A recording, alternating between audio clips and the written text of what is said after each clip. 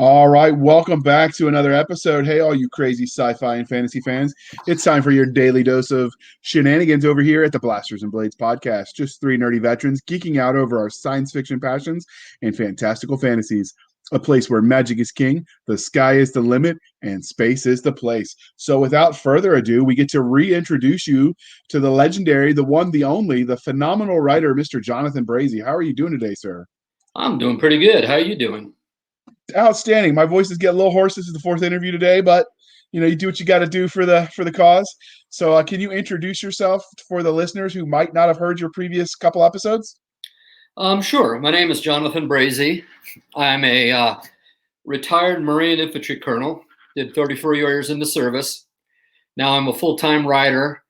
I live in Colorado Springs with my wife and twin 2-year-olds. I've got about I think I've just about hit 80 titles in publication, of which over 60 are full-length novels. That's about it. All right. And so the other part of this introduction is how we first met them. So I actually met Jonathan at the 20 books to 50K convention which is in Vegas in 2018. And as I met everybody there was a bar involved and we were leaning against it talking while we were waiting for something. There was a lot of waiting at that conventions. And so we struck up a chord and I happened to notice his Marine Corps hat because he wears that everywhere. It's like he's proud of it or something. And so we started talking and the rest is history. All right. So we get to ask you, just in case they haven't listened to the previous episodes, but we won't belabor the point, but Star Wars, Star Trek, or Firefly? Yeah, I know. I'm probably going to piss off a lot of people because I'm not particularly religious, I guess. I was amazed by the first Star Wars movie. I skipped for the first and only time. I skipped out of the Naval Academy to watch it the second day that it was showing. And I was just totally gobsmacked. But then again, as a kid, that was when Star Trek first started, and it was so totally different.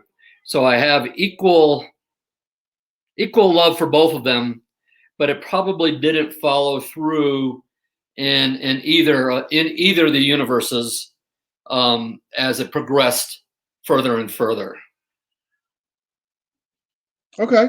So what about Game of Thrones, Lord of the Rings, or the Potterverse? Okay, now here, not the Potteryverse, but although I did watch them, both Game of Thrones and Lord of the Rings I love. Okay.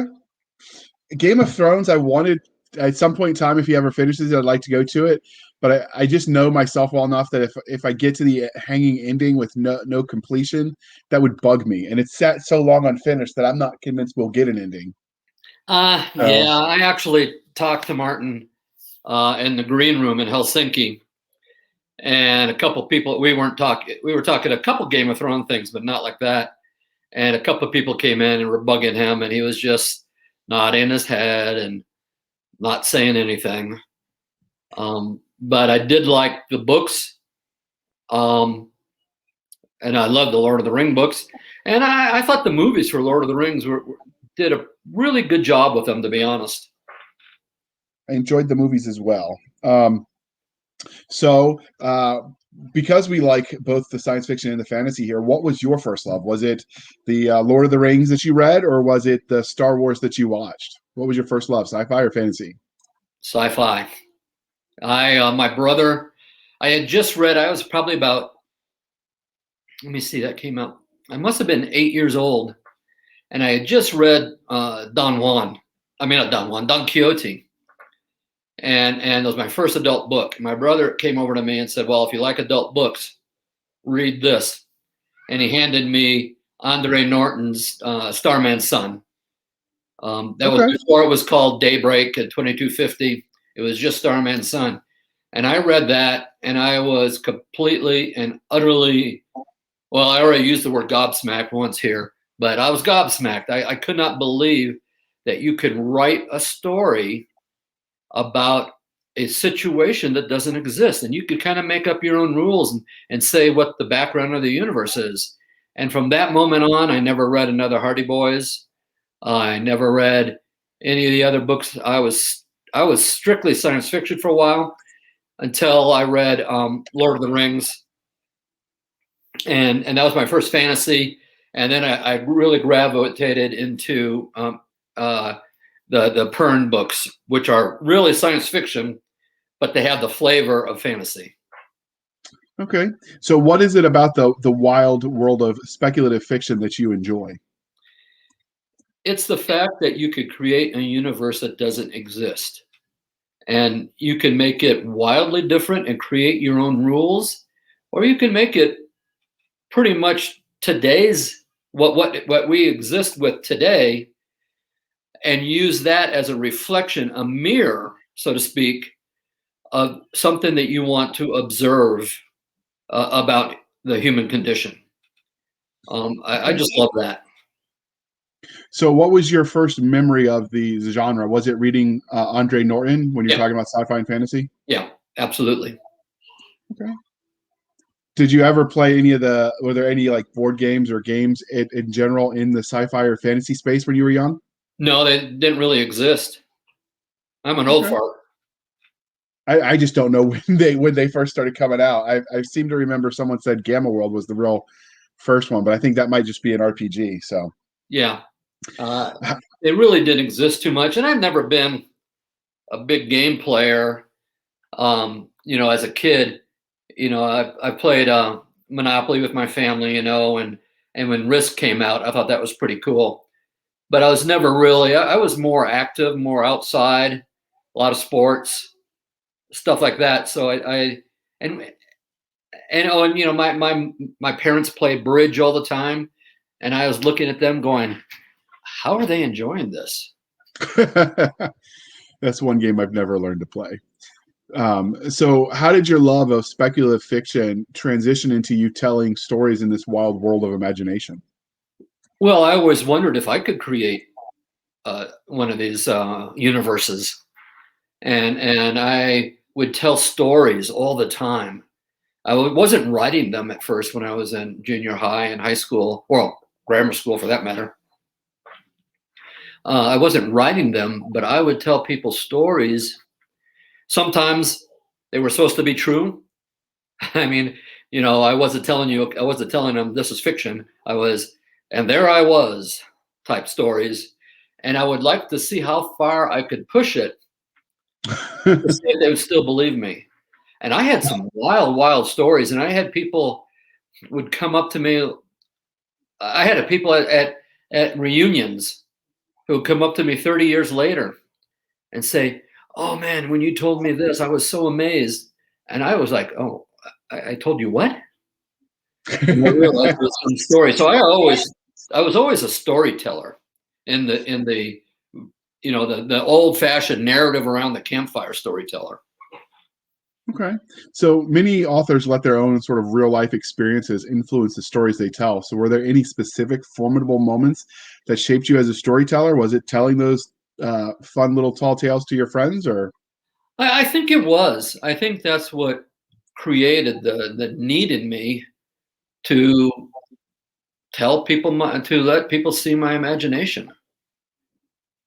Okay. And So the feedback I get from all my friends was amazing. And of course, I skipped a grade, so I was the youngest and probably the smallest guy all the way up till halfway into the Naval Academy.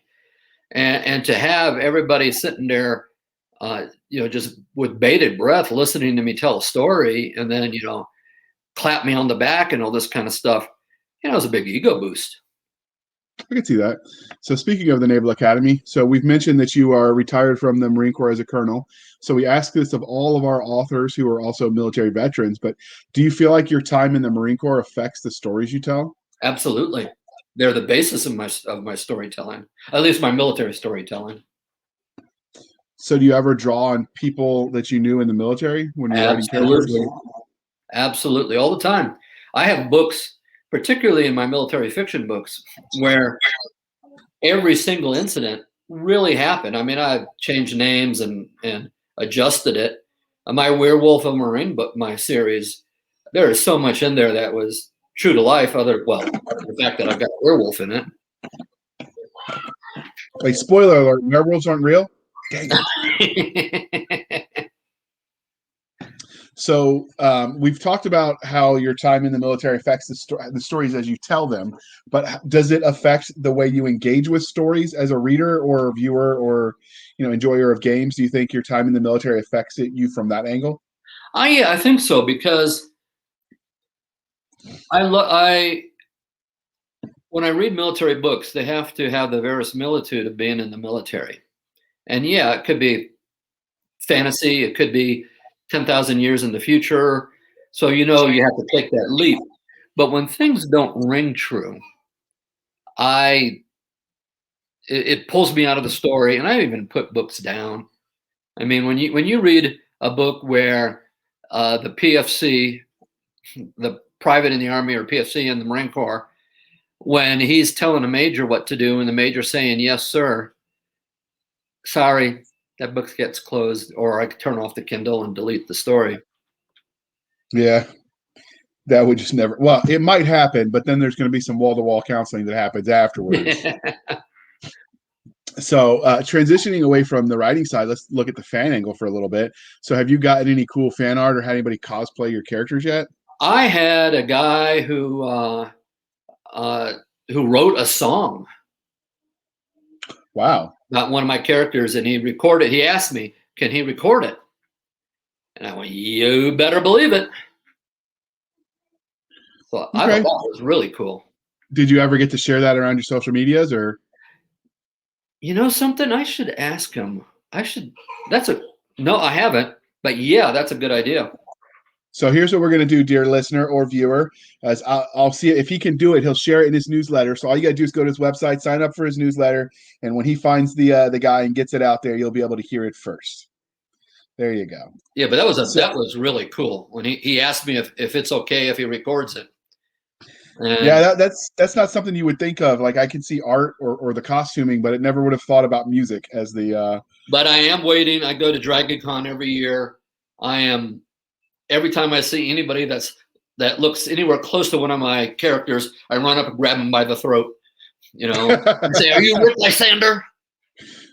They've always said no and looked at me with wide eyes and tried to break away. I don't understand that. So has anyone asked for your autograph in public away from like a convention or Dragon Con? Not away from a convention. Oh, no! I completely forgot about that. I signed a guy's shirt at a paintball, national championship paintball tournament. Nice. So I signed a shirt there.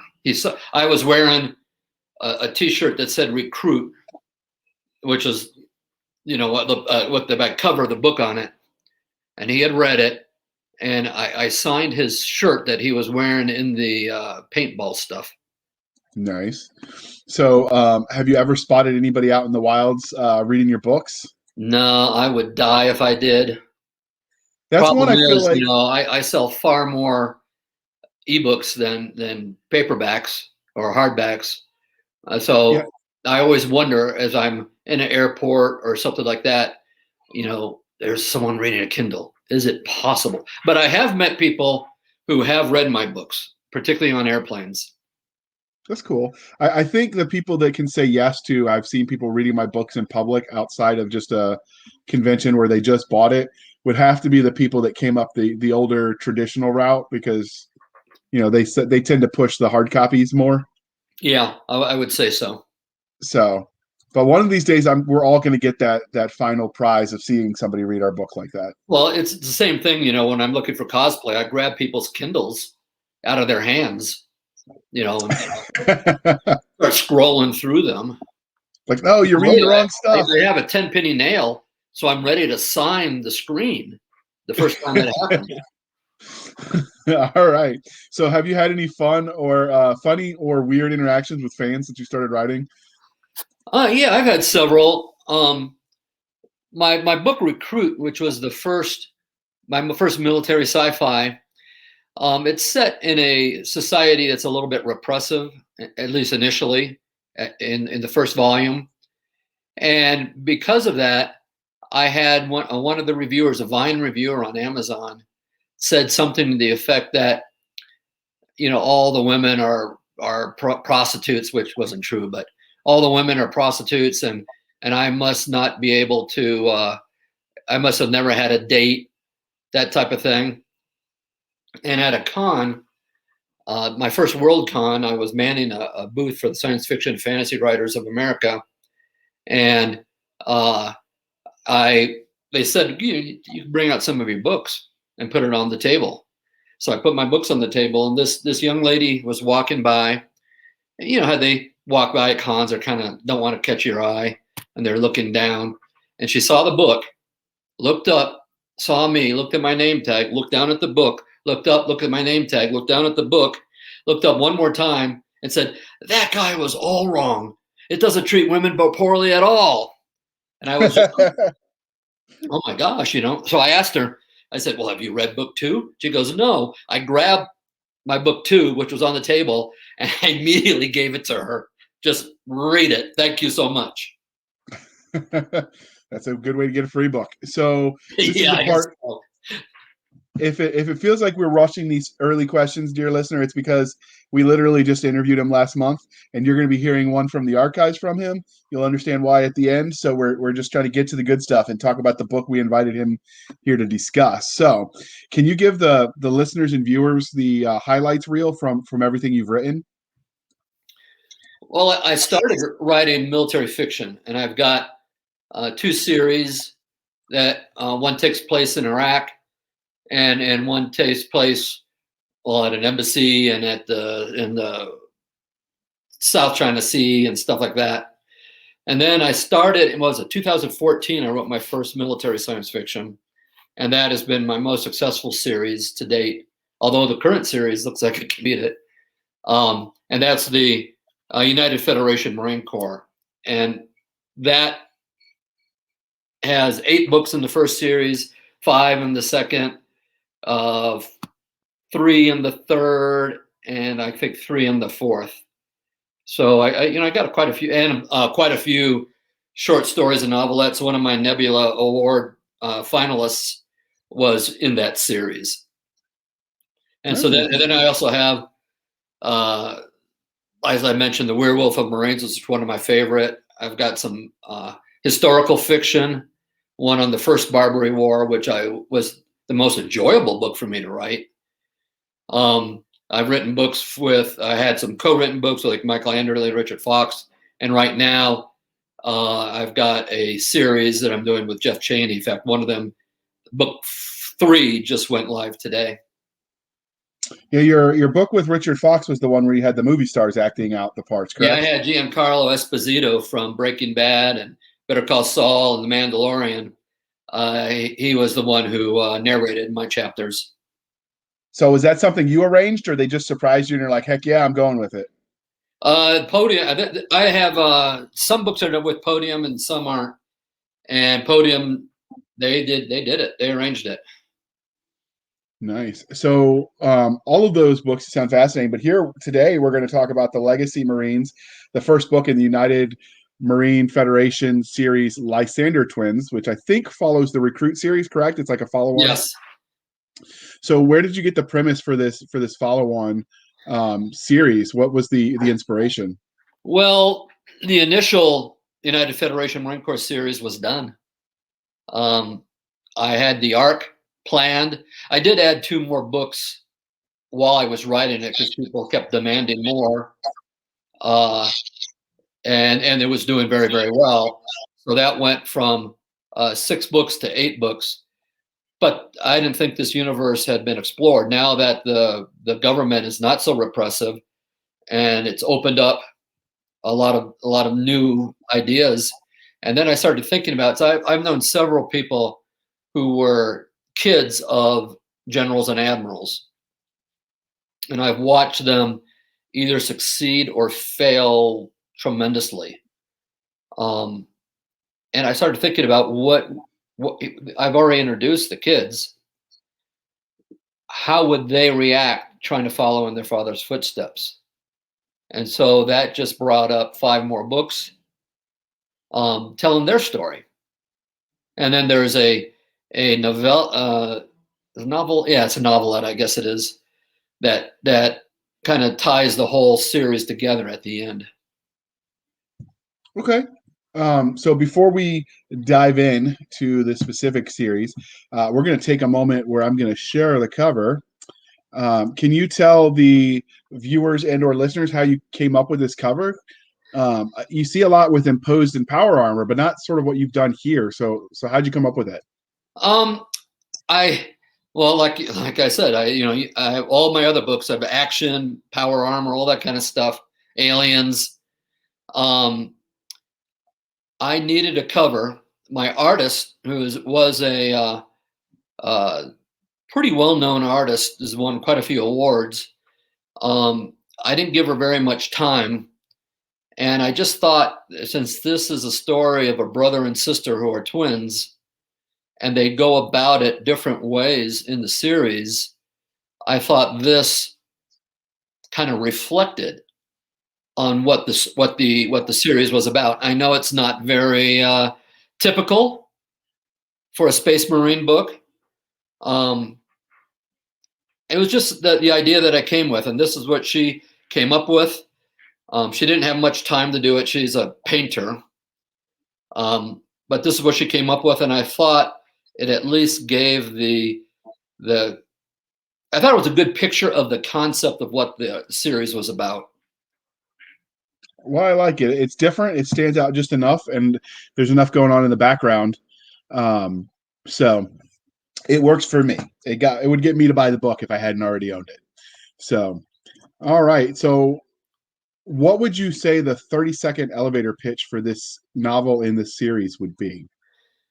The 30-second elevator pitch. The series is about the twin children of one of the most famous and infamous at the same time people in the history of the United Federation Marine Corps.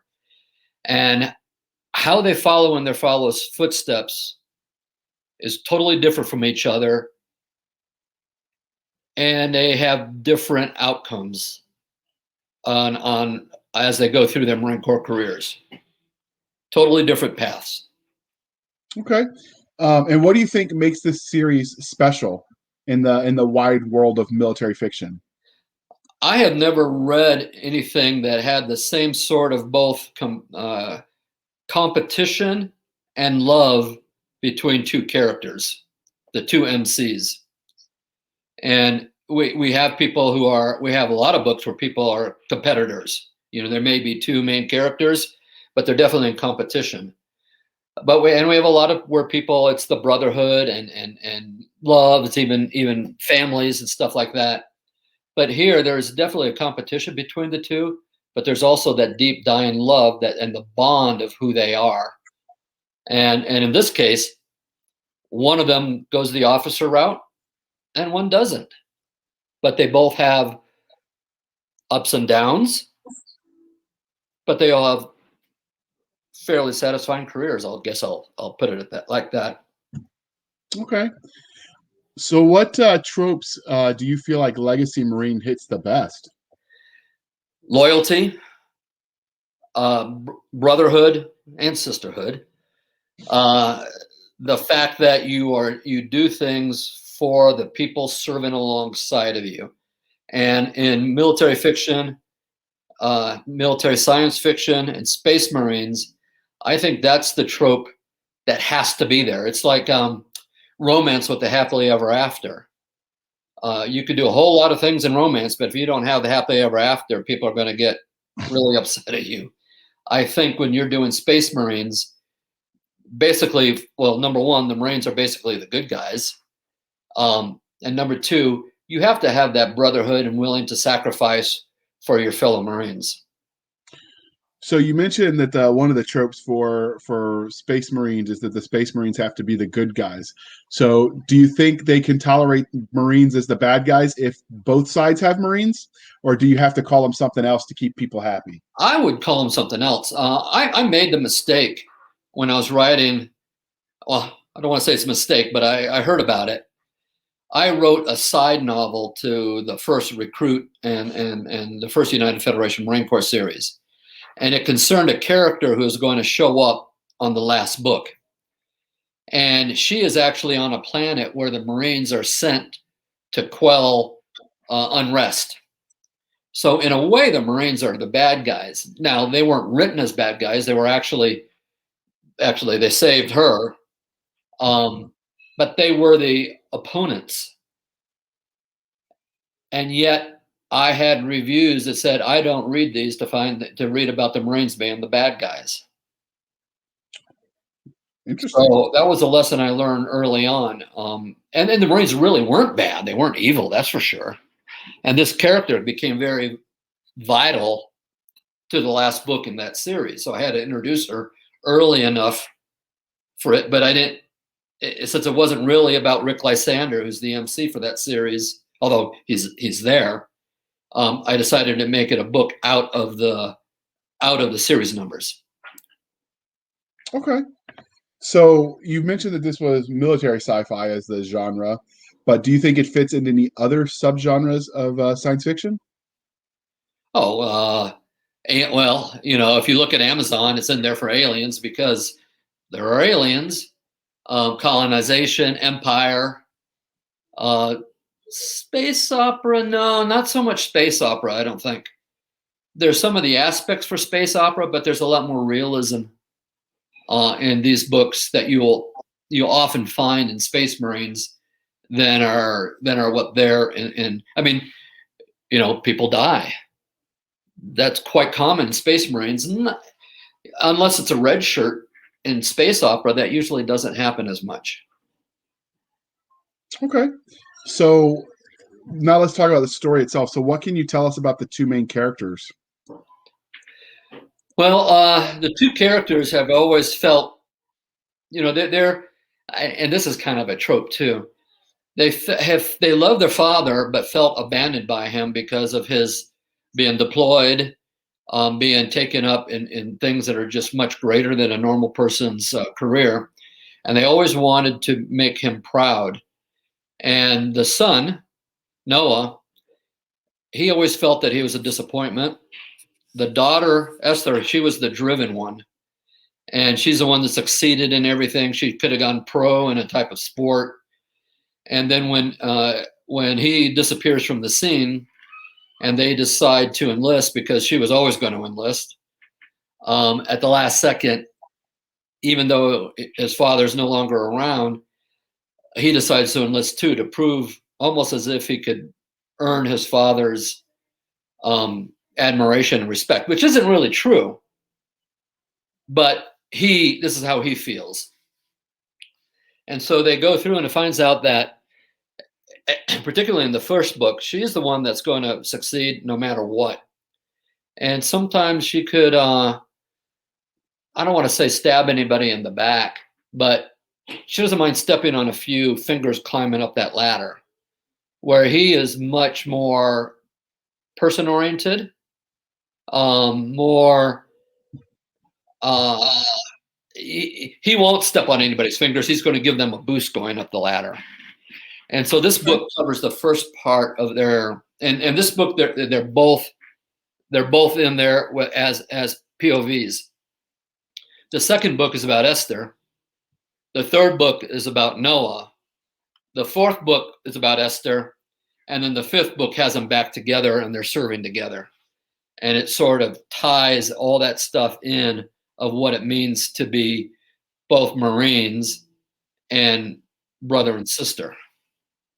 Okay. So now would you say then that based on she gets the extra book, that they're both main characters, but she's the slightly more important main character? No, not really at all. It's just that the other, it was going to be a 4-book series, but then I realized I had a story to tell, and it fit Esther. It fit Esther more. Okay. Part of it is because this one needed an officer. Most of my books are actually of enlisted people, but the fourth book needed an officer, and Esther is an officer. Okay. Were there any secondary characters that were especially memorable for you? I like a lot of my secondary characters. One of the secondary characters in here, who's sort of like a Yoda figure, was one of the main secondary characters in the first series. And then another, in fact, there's two of them, I guess. One is a lieutenant general and one's a sergeant major, who become very important in these. One of them is a cook who was actually patterned after one of my fans, who was a British Army cook, who unfortunately passed away about 3 years after I met him. And it gets a little emotional. I didn't realize that he had been bedridden, and he would read all my books, and every day to see if there was an email from me. He'd wake up, look on the computer, and when he died, there's 6 pages in the eulogy that the vicar gave. The whole last page was about me, and I get emotional on that. That's a segue. I mean, that goes off to another area. But the character that he created with me was a pretty big character. Also, he was Noah's. Became almost a father figure for Noah, because his real father was gone all the time.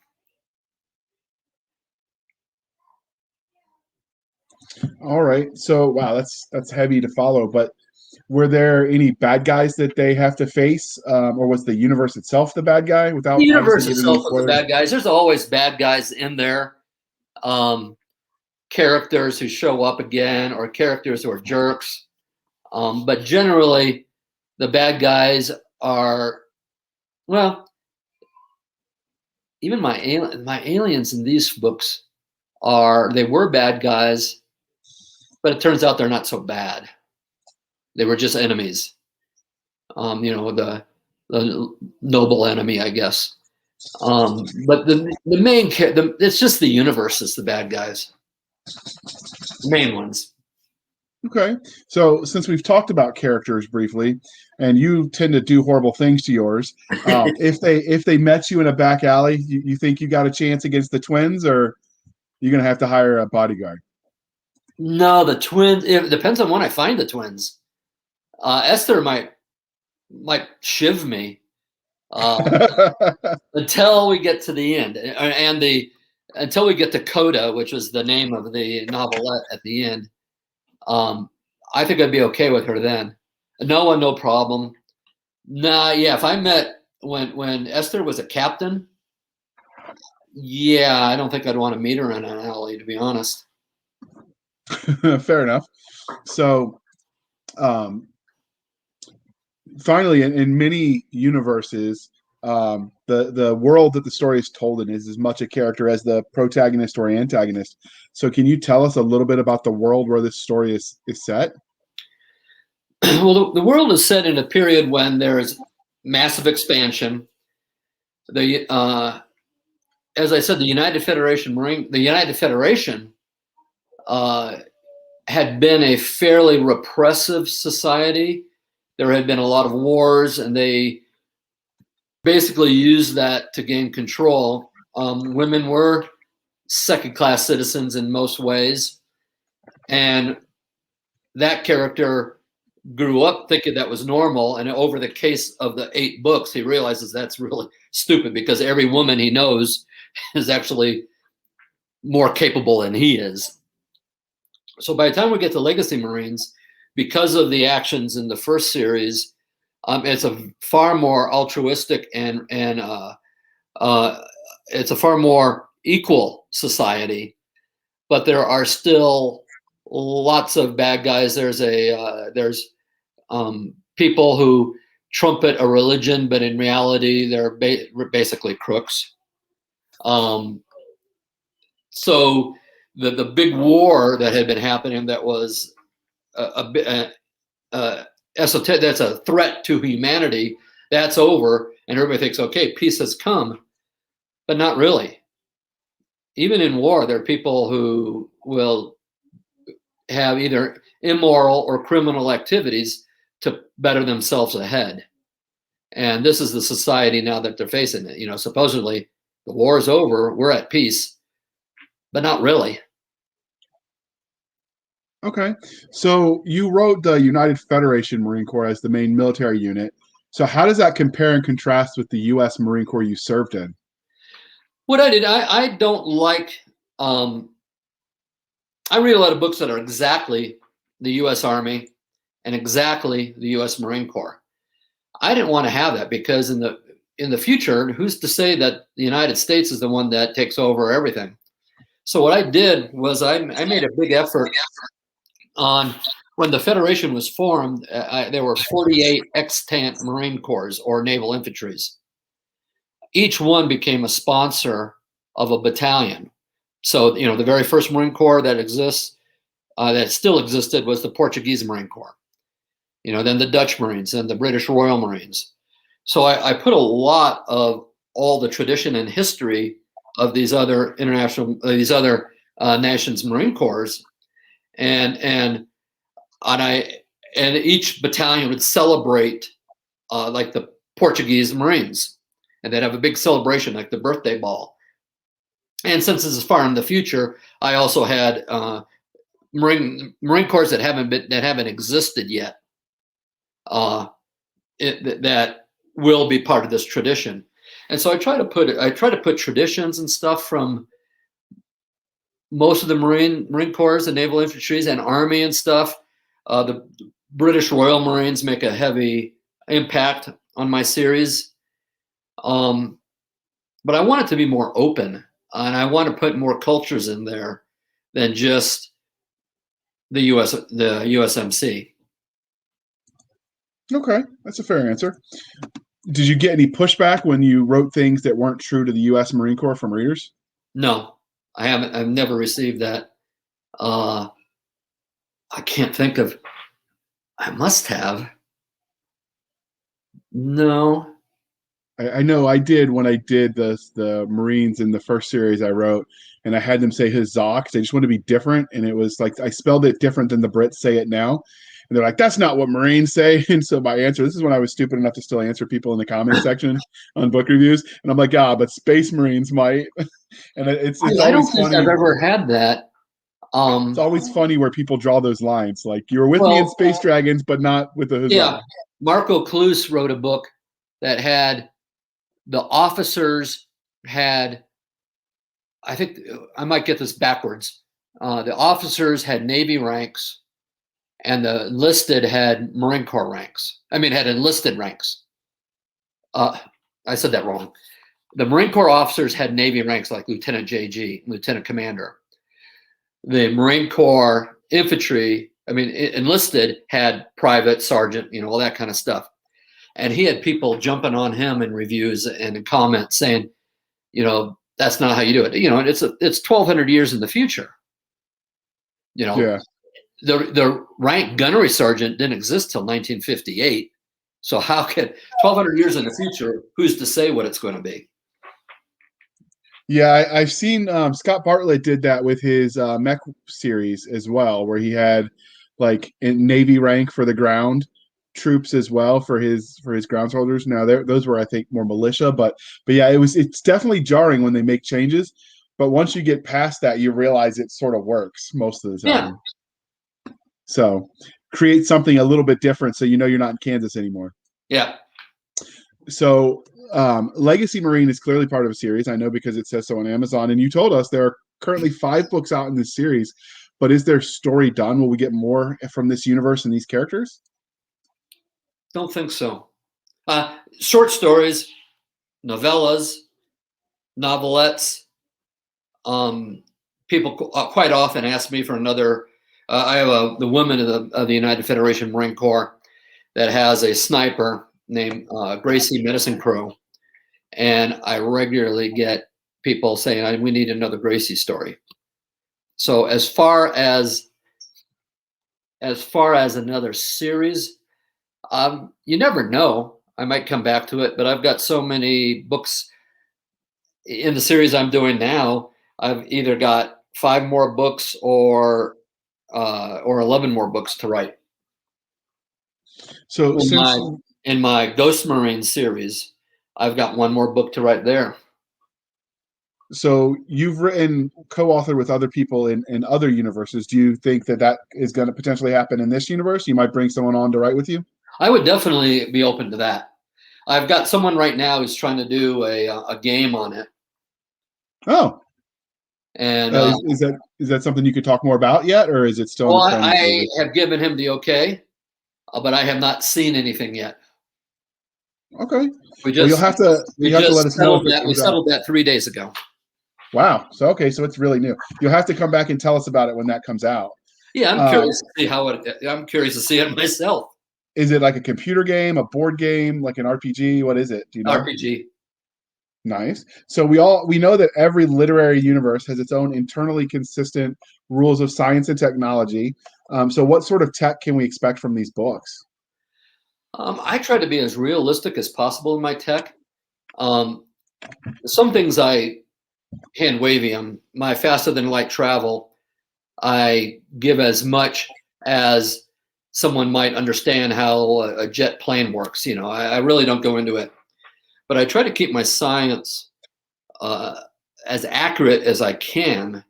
And I have friends. I have one of my friends is a physicist, and I often send him things. I had something called a tungsticle, which is a big giant column of tungsten that gets dropped from orbit. And I gave him the dimensions and everything, and I sent it to him. He wrote me back and said, "What, you're trying to break that planet in half?" So I went back and make it a heck of a lot smaller. So the rods from God, basically. Yeah, same kind of thing. Okay. And so I try to. I don't have. I do nothing in the Marvel universe type stuff where you could do pretty much whatever you want, or you have technology that could do everywhere you want. There are always limitations in my tech because if you are a god, I think it takes away a lot of the tension. Okay. So, um, did you use chemical propellant, so bullets and railguns? Did you use lasers? What was the I kind of use weapons? both. Both. There's Okay. different reasons. You may have a ship may use a mason beam to fight another ship.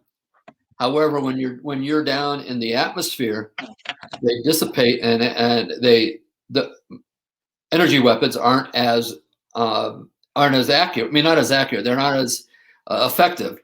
Whereas chemical rail guns, mag guns, they offer advantages in some situations. So usually, whether it's a laser, whether it's a meson beam, whether it's rail gun, whether it's chemical, I tend to use more mag ring for my kinetic weapons. But it really depends on the universe and really depends on the situation. There's uses for almost everything. There was a book by, I think it was Joe Haldeman, where they had a sphere over the base, and the sphere would let people walk through, but it would stop energy weapons. So what they did is they put knives up on top. The knives made it way through and then fell down and stabbed people. So there's uses for everything in a military. And you got to remember too, if you're looking at an energy weapon of some sort like a laser, what's a very good way to defeat a laser? Mirrors. So what are you going to do if their power armor is basically shiny mirrors? Can't do much with an energy weapon, but you can with a kinetic Or plasma. or plasma. Yeah. So, all right. So, of all the tech that you put into your universe, what would you like to have for your daily use? Fabricator for food, and I know that's not unique to me. Just the concept of being able to program and create anything you want to eat at any given time based on 28 different carbon molecules. Nice. I would love to That have would make that. But the cooking. thing I really want to try, when I was in the Marine Corps, I was in recon, so I did a lot of parachuting and stuff like that.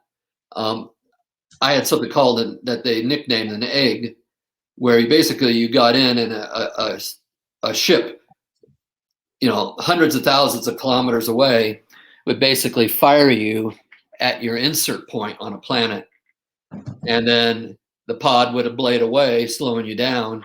And then you use a modern version of a foil to go to the ground. And every time I've written that or something similar, I've always wanted to do it myself. Yeah. So were they on the bounce? Because that sounds a lot like Starship Troopers. Yeah. So if you brought that some of the tech home, what tech would you take and misuse for fun purposes? That's a hard question. I'm just thinking a hover tank could clear some traffic out of your way. Rush hour would never be a thing for you again. Yeah, that's true. I don't think I have a good answer for you. Okay. All right. Well, we will circle back to that one at some other interview, and Yeah, you can I'll think think of it. about it. I'll go back to all my. Well, if I could pick Werewolf of Marines, there's a lot in there. I would love to be a werewolf. Okay. Well, there you go. That's his answer, people. Final answer. So you mentioned that your universe has aliens in it. So how did you go about creating them? Did you let nature inspire you, or did you just completely design something from your imagination? Both. I when I was in Thailand, my TV was limited because they don't allow a lot of things to be shown there. So I watch a lot of Discovery Channel and that type of stuff. And there are so many weird things in nature that I adopted a lot of it. But the thing that gets me about aliens is that not to ding on Star Trek aliens, but an alien in Star Trek is a person with ridges on his forehead. Um, that is, those aren't the aliens I want. Aliens are not going to be people, and so I wanted aliens that were not people. I've been dinged a little bit about this because sometimes I've had people say, "Well, wait a minute, what's motivating the aliens?" Well, if they're really alien and they have completely different thought processes, I don't think you're going to know what motivates them. You have nothing to compare them to. And so a lot of my aliens are an enigma. All you know is that they're trying to kill you and you have to fight them. The second group of aliens in the first series were different. They were more human-like. Actually, they were rather bird-like in many ways, but it's easier to understand their concept of honor and being a warrior. But a lot of my aliens are, and the first aliens, I just wanted to do this. A lot of aliens are like the bugs in Starship Troopers, you know, Right. scary looking. These aliens look kind of like teddy bears, like three-eyed teddy bears. And I just wanted to do that to make them not look like they were threatening, but in reality they were. Okay. I think Jack Campbell did that with his the Lost Fleet series as well, with some of Yeah, his aliens that were like that. Maybe he's it's a that whole Naval Academy Annapolis grad. thing. Year in Yeah, I was front just of me. say maybe it's the Annapolis thing. The water poisoned your mind or That's what something. it was. That's what it was. It was going out into Crabtown, and going to the restaurants and seeing everybody come by just gave you that really fuzzy feeling. So as this interview is winding down and wrapping up, was there anything about Legacy Marines or the series that you wanted to tell us before we move on?